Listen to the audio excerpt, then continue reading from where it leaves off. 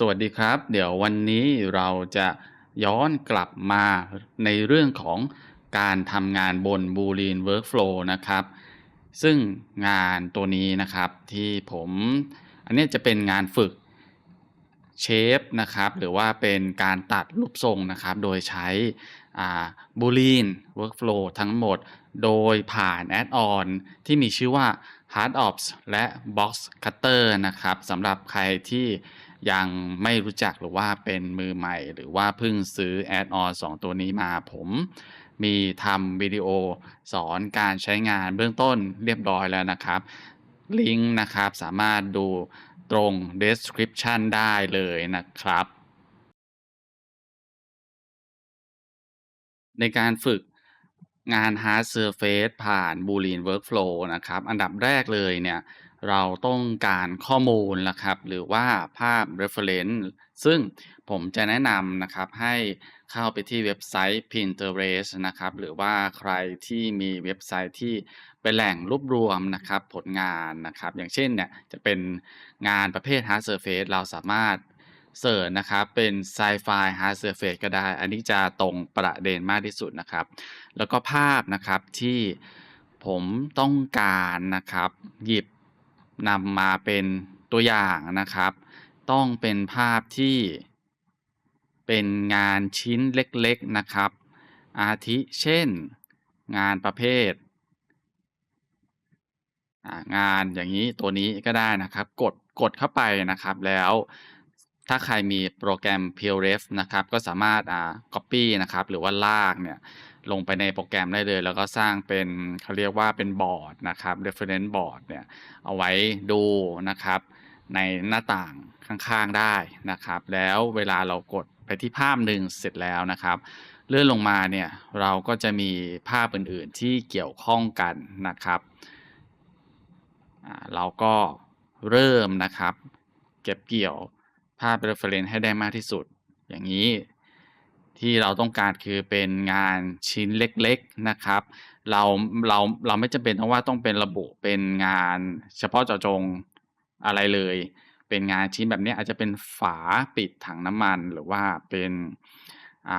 ฝาครอบอะไรบางอย่างแบบนี้นะครับก็ได้นะครับเพื่อเอามาลองขึ้นงานดู แต่ถ้าเราหาแบบนี้ได้จะดีเพราะว่าอันเนี้ยเนี่ยจะมีการเจาะโดยใช้Boolean เป็นหลักเนี่ยงานตัวนี้2ตัวนี้อย่างงี้ก็ได้เซฟเก็บเอาไว้นะครับ ถ้าทุกคนเรียนวิธีการใช้งานพื้นฐานจากวิดีโอที่ผมสอนไปแล้วนะครับเรามาเริ่มทำงานบน Boolean Workflow กันเลยนะครับอันดับแรกผมจะเพิ่มนะครับลูกบากขึ้นมา1ชิ้นแล้วก็ทำการสเกลในแกน x นะครับจากนั้นนะครับผมก็ Apply Modifier ลงไปนะครับ แล้วก็ลองดูว่าเราอยากจะตัดแต่งรูปทรงออกมายังไงนะครับผมจะ bevel นะครับ segment เดียวลงไปก่อนนะครับแล้วก็มานะครับกด Alternate W นะครับเพื่อเปิด Box Cutter นะครับแล้วก็เลือกเป็นโหมดการตัดเป็น Shape Type นะครับแล้วก็ลองตัดลงไปนะครับ เสร็จแล้วเวลาเราตัดนะครับตัวนี้จะเป็น non-destructive workflow นะครับเราสามารถกด Q ever scroll เพื่อเรียกตัวคัตเตอร์ลงมาได้นะครับเราสามารถเล่นนะครับกับตัวคัตเตอร์เพิ่มได้นะครับอย่างเช่นผมจะbevel ตัวนี้นะครับหรือว่าอาจจะเลื่อนนะครับ มาอย่างงี้ก็ได้แต่ผมตัดไปอย่างงี้ก่อนแล้วกันเสร็จแล้วถ้าเราอยากจะยืนยันนะครับในการตัดกด Q นะครับคอนโทรลค้างนะครับ Apply มันจะใช้เป็นโหมด C Sharp หมายถึงว่ามันจะมีการ Apply Boolean Modifier ลงไปนะครับโอเคเสร็จแล้วผมจะทำการลบเฟดตัวนี้นะครับอ่า เอาไปก่อนคิดว่าเราอยากจะทำเป็นอันนี้ก็แล้วกันเป็นกรอบนะครับสำหรับพวกศูนย์เล็งนะครับของปืนต่างๆนะครับ อันเนี้ยผมจะใช้คำสั่งนะครับ Smart Word ของ Machine Tools นะครับกด1เราสามารถ bevel นะครับตัวจุด vertex ได้หรือว่าถ้าใครไม่มีเนี่ยสามารถกด Ctrl Shift B นะครับเป็นคำสั่งพื้นฐานของ Blender นะครับในการ bevel นะครับ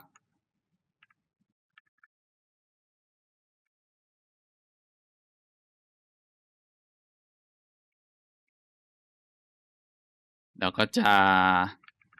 ผมก็จะ Apply Scale แล้วก็เลือกนะครับใน Face Border ทั้งหมดกด Alternate E นะครับ Extrude Face along normal นะครับ จะเลื่อนเข้ามาหรือเลื่อนเข้าไปข้างนอกก็ได้ผมเลื่อนข้างนอกแล้วกันอย่างนี้นะครับสำหรับคำสั่งนะครับของ HardOps Replicator นะครับ HardOps นะครับ Sharpen ก็คือการระบุนะครับมันจะมาร์กชาร์ปให้นะครับสำหรับมุมที่มี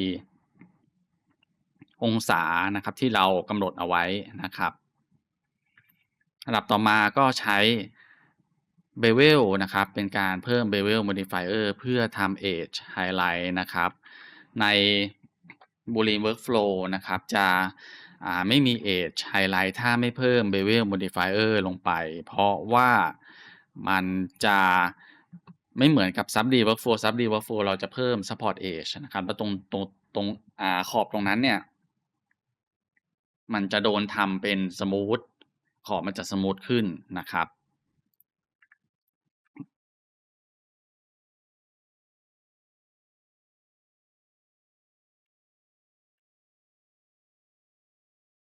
โอเค เมื่อเราได้แบบนี้แล้วนะครับ เราก็เข้ามาใน Broadcaster นะครับทำการตัดแต่งต่อไปนะครับ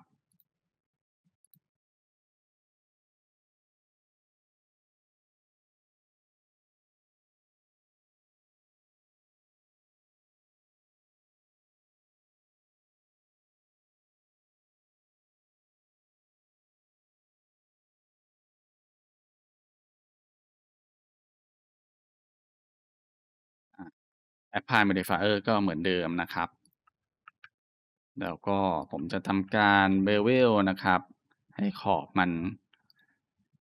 ดูเนียนขึ้นนะครับ แล้วก็ Symmetrize ขอบไปนะครับ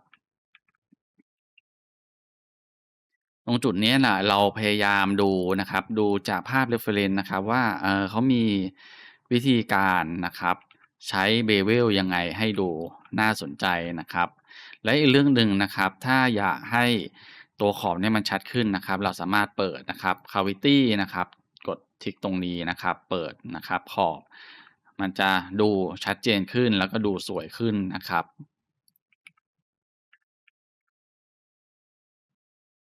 และถ้าใครใช้ HardOps นะครับอยากจะให้มันนะครับคำนวณการ Sharpen ใหม่นะครับกด Ctrl Shift นะครับมันจะ Mark Sharp ให้ใหม่ทั้งหมดโอเคเสร็จแล้วที่ผมจะทำต่อมาก็คือการตัดนะครับ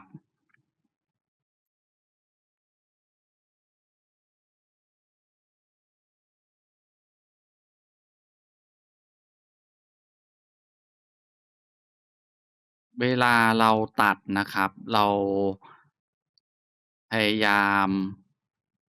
ดูทรงที่น่าสนใจจากภาพ reference เอาไว้นะครับเพราะว่ามันจะช่วยให้การตัดของเราเนี่ยดีขึ้นนะครับแล้วก็ถือว่าเป็นการเรียนไปในตัวไอ้ตรงนี้เนี่ยเวลาเราตัดเนี่ยมันก็จะเจอว่าปัญหาตัดตรงนี้ไม่ค่อยสวยบางทีเราอาจจะต้องทำใหม่นะครับ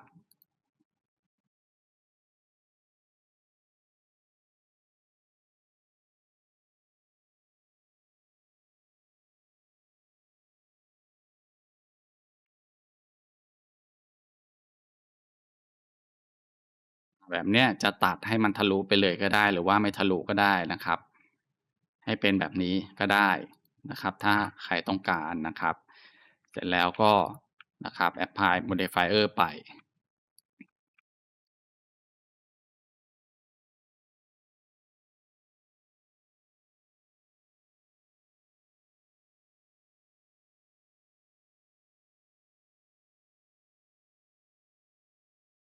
เราจะเริ่มเห็นนะครับปัญหานะครับอันเนี้ยมันเป็นปัญหาจาก Topology นะครับ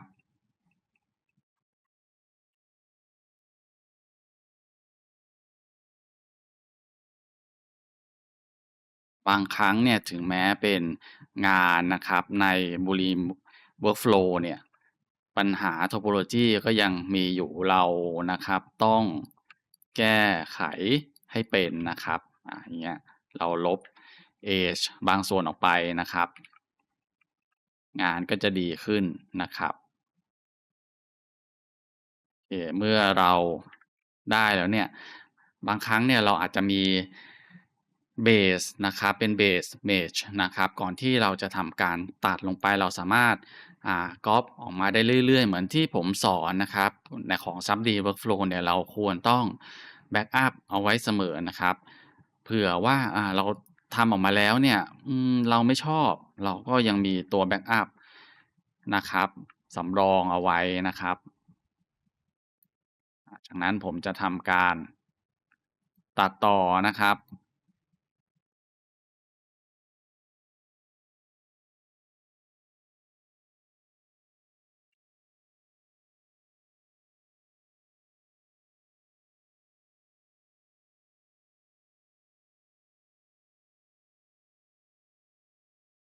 สองข้างเนี่ยไม่เท่ากันไม่เป็นไรผมเดี๋ยวผมสอนให้นะครับวิธีการแก้นะครับต่อมานะครับถ้าเราไม่เห็นนะครับตัว Edge เนี่ยเราปิด Bevel Modifier ลงไปก่อนนะครับแล้วค่อยเลือกนะครับ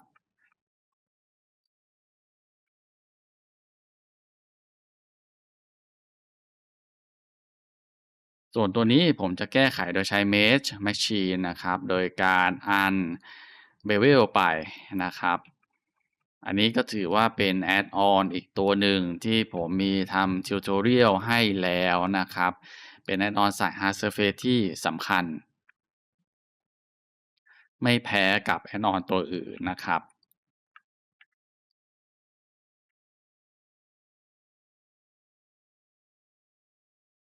เวลาเราอยากจะทำให้มันเท่ากันเนี่ยเราก็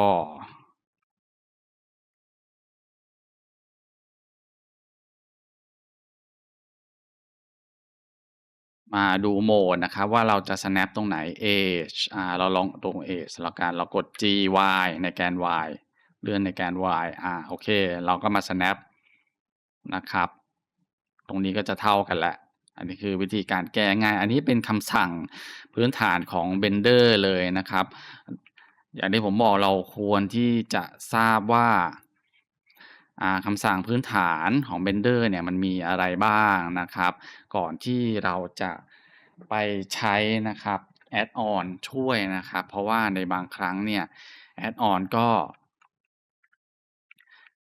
ไม่ใช่ว่ามันจะแก้ไขปัญหาให้เราได้หมดทุกอย่างนะครับ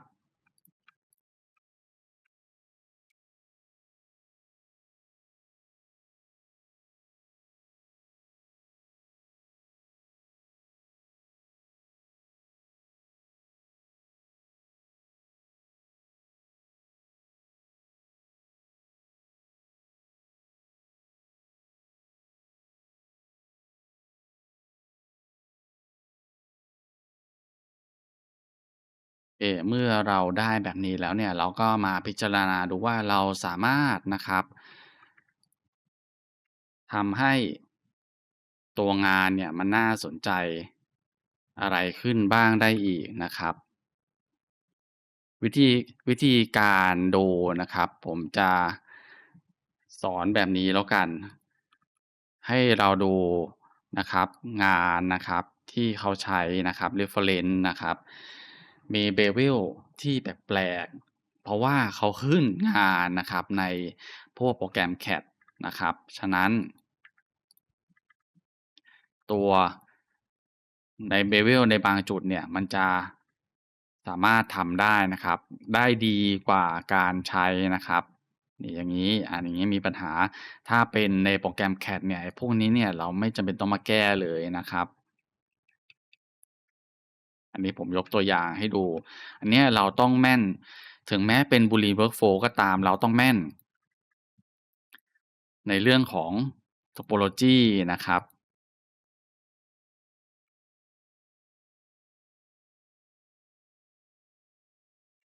ผมเปิดให้ดูนะครับอันเนี้ยมันมีการ overlap ของ Bevel นะครับมีอยู่2องอย่างนะครับถ้าเราสมมุติผมไม่อยากแก้ตัวนี้เนี่ยเราก็สามารถนะครับดูนะครับ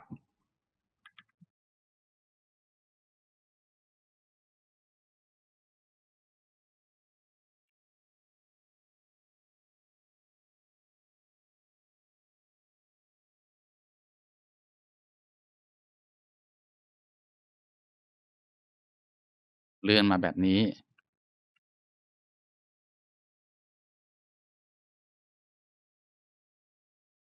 ให้ออกมาเป็นแนวไซไฟอันนี้แล้วแต่แนวนะครับไม่จำเป็นต้องแนวไซไฟตลอดนะครับ แต่ว่าตัวผมเองเนี่ยเป็นคนชอบแนวไซไฟผมก็เลยจะทำงานประเภทนี้ออกมาเยอะนะครับอ่าเราดูเนี่ยอันเนี้ยคือตัวปัญหานะครับเรามาที่ Bevel นะครับเราสามารถลดนะครับให้เล็กลงนะครับเพื่อให้เรานะครับ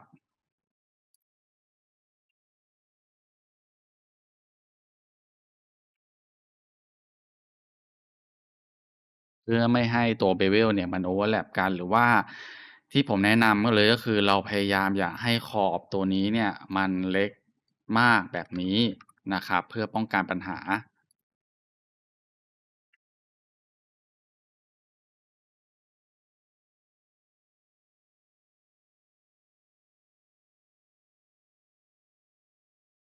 แต่ถ้าสมมุติทำไปแล้วเนี่ยผมก็สามารถนะครับลองใช้ Main Machine ดูนะครับ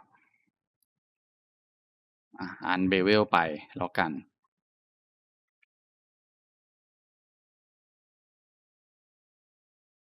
หรือลอง Bevel ไปเลยให้มันใหญ่ๆแบบนี้นะครับอย่า Bevel เล็ก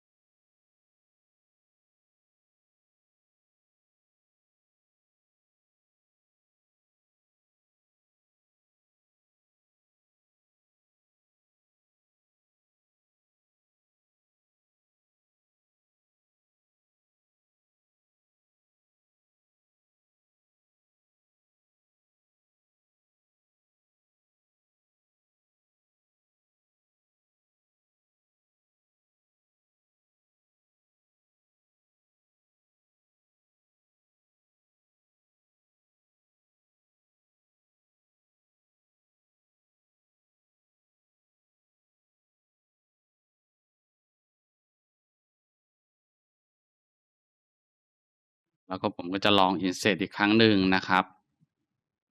แล้วก็ลากมันออกมาให้เหมือนกับข้างๆนะครับง่ายๆนะครับวิธีแก้ปัญหา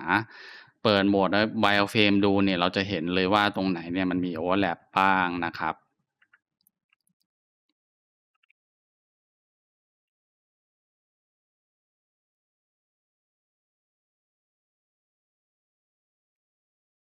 โอเคสิ่งที่เราสามารถทำได้นะครับกับ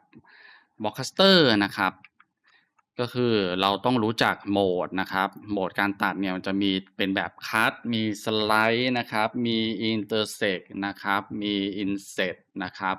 มี Join มีนะครับ Knife นะครับหรือเป็น Extract แล้วก็เป็นโหมด Make นะครับตัวนี้เนี่ยเราต้องใช้ให้คล่องนะครับแล้วเวลาเราใช้บุหรี่เนี่ยเราจะดีขึ้นนะครับอย่างเช่น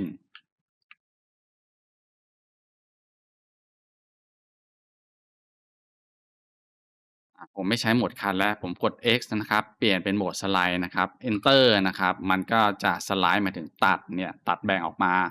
เป็น 2 ชิ้นแยกกันนะครับแต่นะครับอันนี้ก็เป็นโหมด Destructive เหมือนเดิมนะครับเราต้อง Q Control ตรง Sharpen เพื่อ Apply Modifier ไปนะครับทั้ง2ข้างนะครับอย่าลืมนะครับเราก็จะได้เป็นแยกชิ้นออกมาตัวชิ้นที่แยกเนี่ยเราสามารถเล่นนะครับกับมันได้เพิ่มเติมนะครับ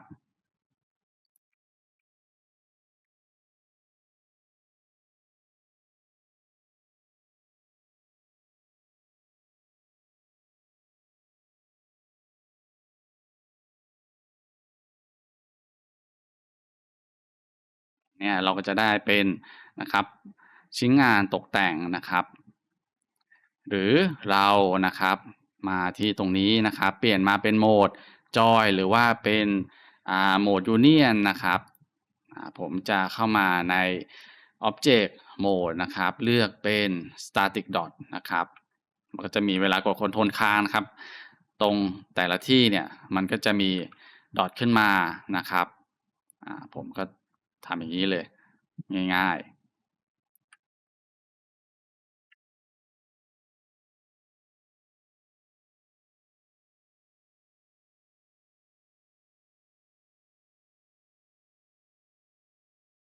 แล้ว Enter นะครับก็จะเป็นจอยขึ้นมาแน่นอนนะครับเสร็จแล้วก่อนที่เราจะทำอะไรอย่างอื่นต่อเราก็ต้อง Apply Modifier โดยใช้คำสั่ง C# นะครับ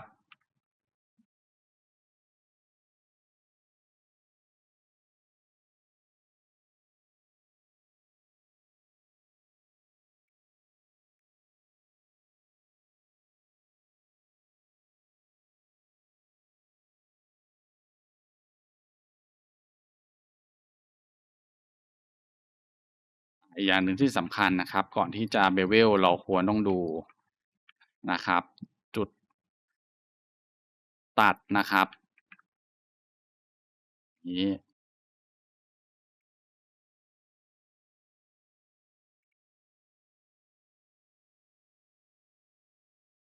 แน่นอนอย่างที่ผมสอนไปเราสามารถใช้ geometry นะครับเดิมนะครับ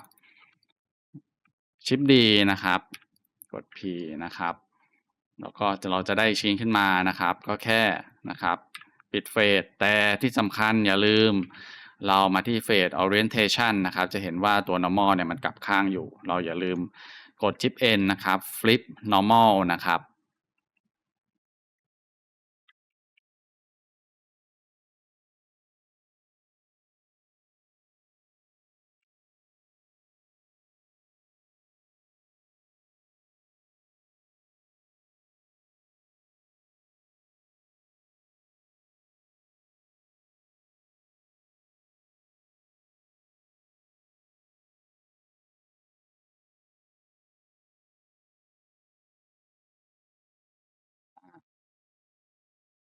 เวลาเราจะ Mirror นะครับผมก็ง่ายๆกดตัวนี้ไอ้ตัวนี้จะเป็นคำสั่งของไม่แน่ใจว่าเป็น HardOps หรือว่าเป็น Mesh Machine นะครับแต่ผมจะกด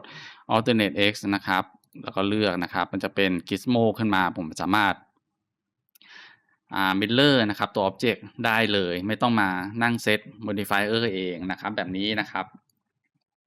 อันนี้น่าจะเป็นของ HardOps นะครับ Miller ง่ายนะครับ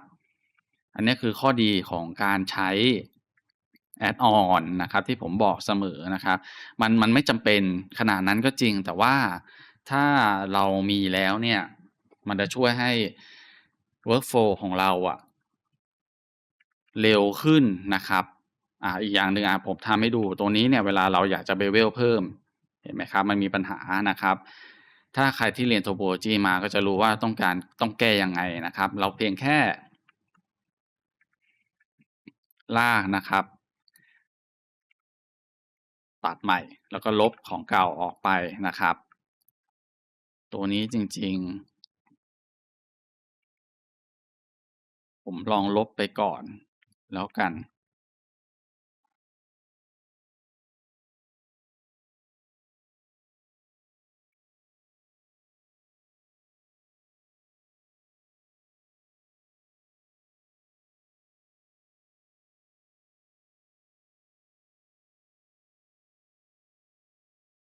อันเนี้ยก็คือเป็นงานฝึกที่ผมทำประจำเมื่อตอนศึกษาโปรแกรม Blender แล้วก็งาน Hard Surface แรกๆนะครับผมก็จะเปิดโปรแกรมมาเนี่ยบางทีอาจจะไม่ต้องใช้ภาพ reference ก็ได้เราเอาอ็อบเจกต์ขึ้นมาลูกบาศก์ทรงกระบอกทรงกลมแล้วก็ลองตัดไปเรื่อยๆเรื่อยๆนะครับถ้าเราติดตรงไหนเนี่ยเราก็จะรู้ว่าเราจะใช้เครื่องมืออะไรนะครับในการแก้ไขปัญหานะครับ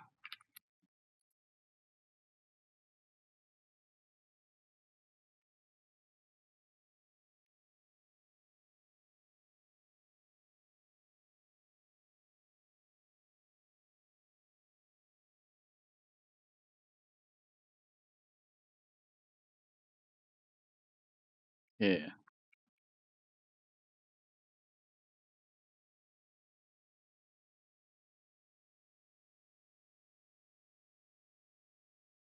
เวลาเราใช้การตัดใน Object Mode นะครับให้ซูมไปใกล้ๆนะครับมันจะมีนะครับจุดหลายจุดนะครับให้เลือก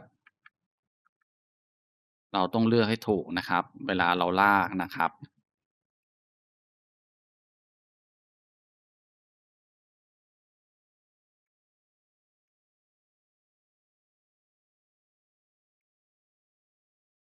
โอเคมันจะได้ตัดได้ถูกนะครับหลังจากเราตัดแล้วเนี่ยเราก็สามารถปรับเชฟได้อีกนะครับไม่จำเป็นว่าต้องเราอยากให้มันเป็นแบบนี้เนี่ยเราก็ปรับนะครับแล้วก็ Symmetrize นะครับ หลังจากเราตัดนะครับได้รูปทรงแล้วนะครับอีกอย่างหนึ่งที่ผมลืมบอกไปเลยก็คือผมจะมักใช้นะครับเพิ่มนะครับ weighted normal modifier นะครับเราสามารถกดคิวนะครับเราเลื่อนมาที่ sharpen นะครับคำสั่งเพิ่ม weighted normal modifier นะครับกด alternate ค้างแล้วก็คลิกนะครับมันจะเพิ่มนะครับ modifier มาไว้ด้านล่างสุดนะครับอันนี้เป็นเป็น modifier ที่สำคัญเพื่อให้ normal เนี่ยออกมาสวยขึ้นนะครับอย่าลืมเพิ่มเข้าไปด้วยนะครับโอเคอันเนี้ยมันก็เป็นงานฝึกนะครับ Boolean workflow ผ่านการใช้ Hard-Ops/Block Cutter ง่ายๆนะครับ และสิ่งหนึ่งที่ทุกคนอยากทราบนะครับแล้วถ้าเราอยากจะแปลงนะครับชิ้นงานตัวนี้ไปเป็นHigh Poly หรือว่าใช้งานกับ Sub D Modifier ได้เราต้องทำยังไงง่ายๆนะครับที่ผมสอนไปเราก็ต้องต่อนะครับ Topology นะครับทั้งหมดนะครับลบ Bevel Modifier ลบ Weighted Modifier ออกไปนะครับแล้วก็ทำการเพิ่ม Support Edge นะครับแทน Bevel Modifier นะครับ แล้วก็ลองใส่ซับดีลงไปนะครับถ้าตรงจุดไหนเนี่ยที่มีปัญหามันก็จะตัวพื้นผิวเนี่ยมันก็จะแสดงให้เห็นได้ชัดนะครับหรือเมื่อเร็วๆนี้ผมก็มีสอนนะครับการแปลงนะครับงาน Low Poly นะครับหรือว่างานจาก Boolean Workflow เนี่ยไปเป็นอ่าตัว High Poly โดยการใช้ Remesh Modifier นะครับผมมีวางลิงก์ไว้ในdescription เรียบร้อยแล้วนะครับถ้าใครสนใจก็ลองไปดูได้อันเนี้ยมันจะเป็นคล้ายๆกับที่เราโยนตัวงานนะครับไปใน ZBrush นะครับ เขาก็จะมีการเพิ่ม resolution ในนั้นนะครับแล้วมีการสมูทมันเหมือนกันเลยครับเพียงแค่ว่าใน Blender เนี่ยเราทำผ่าน modifier remesh แล้วก็ smooth remesh นะครับเพื่อเอาไอ้ตัว Edge Highlight เนี่ยนำไปเบกนะครับลงงาน Low Poly นะครับก็คือซึ่งก็คืองานตัวนี้แหละครับอันนี้คือเขาเรียกว่างาน Low Poly นะครับก็จะเห็นว่าตัวไตรเนี่ยมันอาจจะไม่ได้เยอะมากเราสามารถนะครับ optimize มันได้อีกนะครับเพื่อให้ไตร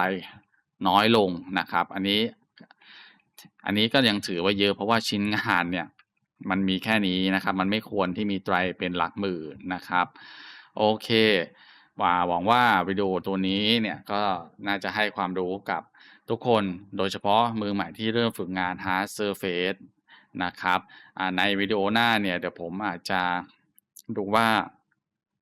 มันจะมีอะไรที่น่าสนใจเกี่ยวกับ Boolean Workflow มาให้ได้ดูกันอีกนะครับวันนี้ก็มีเพียงเท่านี้นะครับสวัสดีครับ